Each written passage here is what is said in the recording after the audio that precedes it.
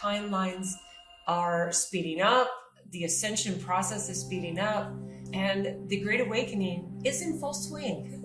There is no doubt.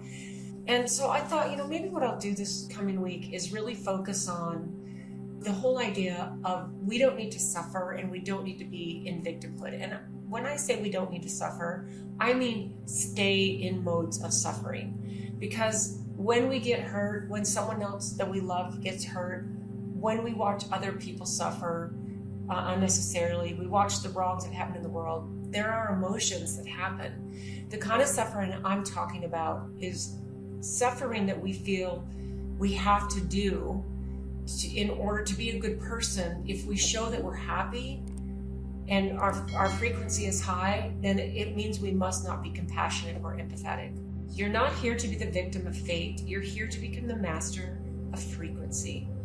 We are a signal. We are consciousness. When we raise that frequency, then everything changes. The whole game changes. And it can change for us individually.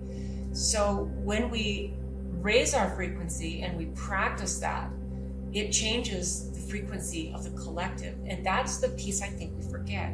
We think if not enough people are doing it, I'm the only one, my frequency isn't high enough.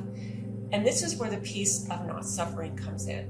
Because if we stay in those low vibrations of frequency, of suffering and victimhood, then we're not helping the people who are suffering. Like, we can literally help the suffering by raising our frequency. We need to realize that the timelines right now are what I like to consider frequency bands.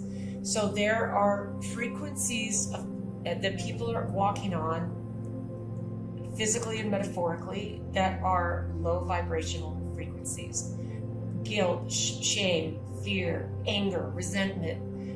Some people are so angry at what's happening politically and so distraught over the things that are happening in other countries with wars and of course, this is where it's like, yes, of course we have to suffer.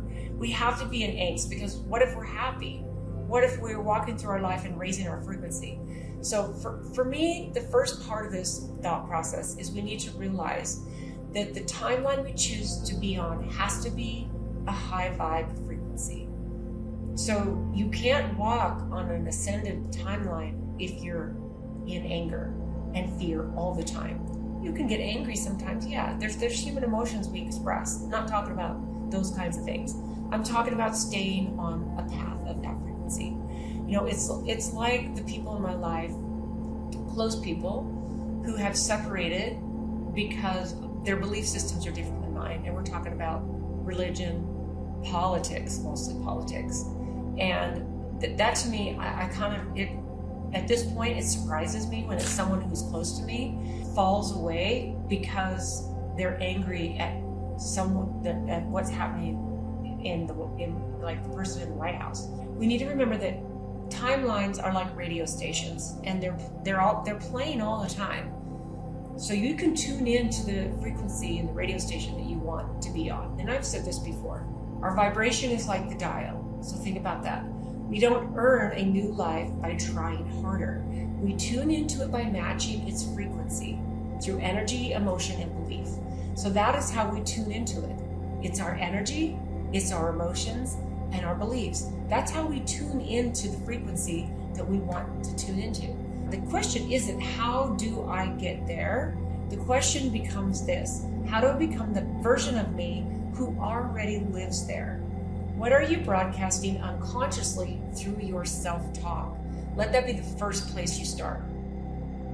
And then this: what timeline are your habits actually calling in? Who would disappear from your life if your frequency truly changed? Are your desires and your identity in contradiction? What part of you is addicted to the version of life you claim to want to escape? If one brave decision could collapse this timeline, what would it be?